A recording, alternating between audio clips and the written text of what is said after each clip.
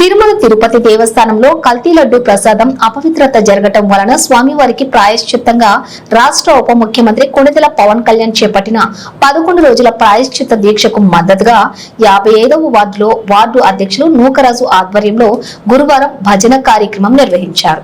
ఈ కార్యక్రమంలో జనసేన ఉత్తర నియోజకవర్గం మహిళా నాయకురాలు పసుపులేటి ఉషా కిరణ్ మాట్లాడుతూ తక్షణమే ఈ ఘటనపై సుప్రీంకోర్టు ఆదేశాలను పాటిస్తూ విచారణ జరిపించాలన్నారు.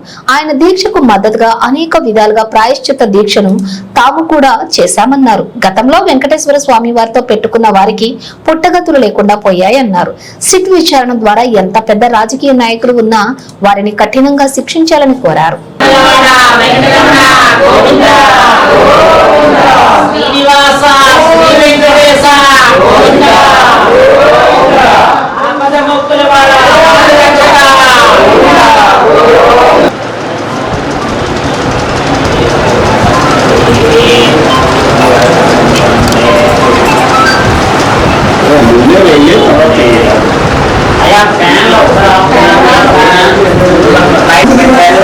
ఈ మంత్రం చేస్తాం దీన్ని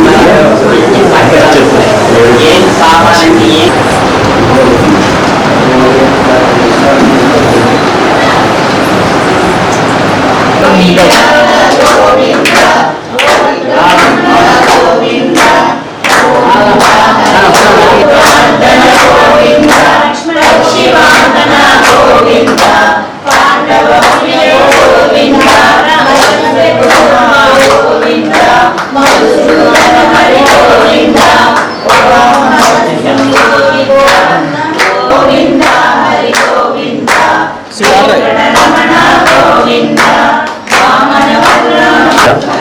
సనాతన ధర్మ పరిరక్షణ కోసం మా పవన్ కళ్యాణ్ గారు తలపెట్టిన తిరుమల తిరుపతి దేవస్థానం ప్రతిష్ట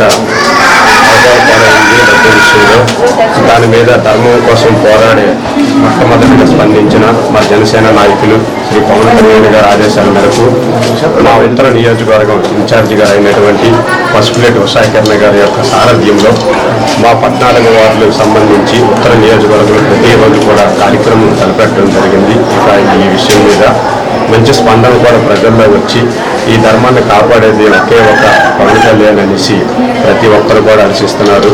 ఇది ఇంకెప్పుడు కూడా ఈ ప్రతిష్ట అనేది దెబ్బతినకుండా కాపాడటం కోసమే పవన్ కళ్యాణ్ గారు ముందడిగేశారు. నిన్న తిరుమల కూడా దర్శించుకొని స్వామివారి చెంతలు చేరి స్వామివారిని కూడా చేరుకున్నారు. మీరు కాలంలో కూడా ఇలాగ అపవాదం జరగదనేసి అదే రక్షణ కోసం మేమందరం కూడా పరిరక్షణ కోసం మేమందరం కూడా మా మేడం గారు ఆదేశాల ప్రకారం మేము కూడా చేస్తున్నాము.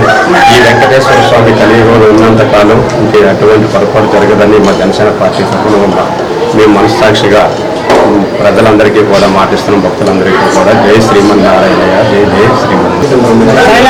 జనసేన పార్టీ అధ్యక్షులు పవన్ కళ్యాణ్ గారు ఏదైతే తిరుమల తిరుపతి వెంకటేశ్వర స్వామి లడ్డూని ఇంటికి తెచ్చుకుంటే సాక్షాత్తు తిరుపతి వెంకటేశ్వర స్వామి ఇంటికి వచ్చినట్లుగా భావించే ఆచారం సాంప్రదాయం ఉన్నటువంటి మన హైందవ సంస్కృతిలో ఈరోజు తిరుమల తిరుపతి లడ్డు విషయంలో జరిగినటువంటి అపరాధానికి క్షమించమని ప్రాయశ్చిత్త దీక్ష గత 11 రోజులుగా జరిపించి మరి మొన్నటి రోజున కాలి నడకన మెట్ల మార్గం ద్వారా ఆ స్వామివారిని దర్శించుకుని నిన్నటి రోజున అక్కడ ఉన్నటువంటి క్యూ కాంప్లెక్స్ లో కూడా వెంగమాంబ కాంప్లెక్స్ లో అక్కడ ఉన్నటువంటి ప్రసాదాన్ని స్వీకరించి అక్కడ ఉన్న విషయాలన్నింటినీ కూడా పర్యవేక్షించి ఈరోజు వారాహి సభని అక్కడ తిరుపతిలో నిర్వహించడం జరుగుతుంది. అందులో భాగంగా గత 11 రోజులుగా విశాఖ ఉత్తర నియోజకవర్గంలో ఆయన చేస్తున్నటువంటి దీక్షకు మద్దతుగా విశాఖ ఉత్తర నియోజకవర్గ జనశ్రేణులందరం కూడా అనేక విధాలుగా అనేక గుళ్ళల్లో మరి ఇక ప్రాయశ్చిత్త దీక్షకు సంఘీభావ దీక్షని తెలియజేయడం జరుగుతుంది.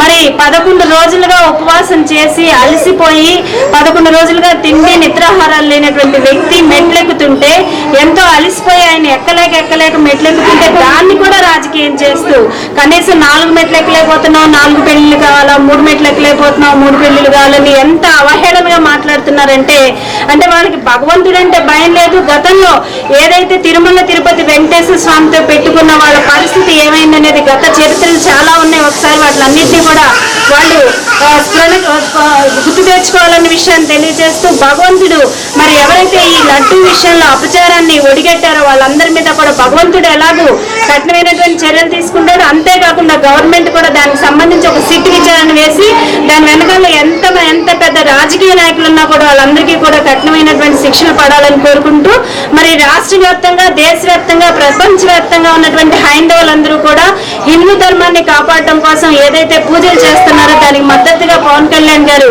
సనాతన ధర్మ పరిరక్షణ బోర్డుని ఏర్పాటు చేయండి. ఖచ్చితంగా హిందువుల మనోభావాలు దెబ్బతిన్నప్పుడు వాళ్ళందరూ కూడా వాళ్ళ వాయిస్ రైజ్ చేసినప్పుడు హిందూ ధర్మాన్ని కాపాడే విధంగా చర్యలు చేపట్టండి అని ఏదైతే డిమాండ్ చెప్తున్నారో ఆ డిమాండ్ ని నెరవేర్చే విధంగా చర్యలు చేపట్టాలని, అలాగే ఎవరైనా కూడా ఈ తిరుమల తిరుపతి దేవస్థానానికి అన్య మతస్థులు ఎవరైనా కూడా మరి డిక్లరేషన్ ఫామ్ మీద సంతకం చేసి వెళ్ళడం అనేది మన సాంప్రదాయం.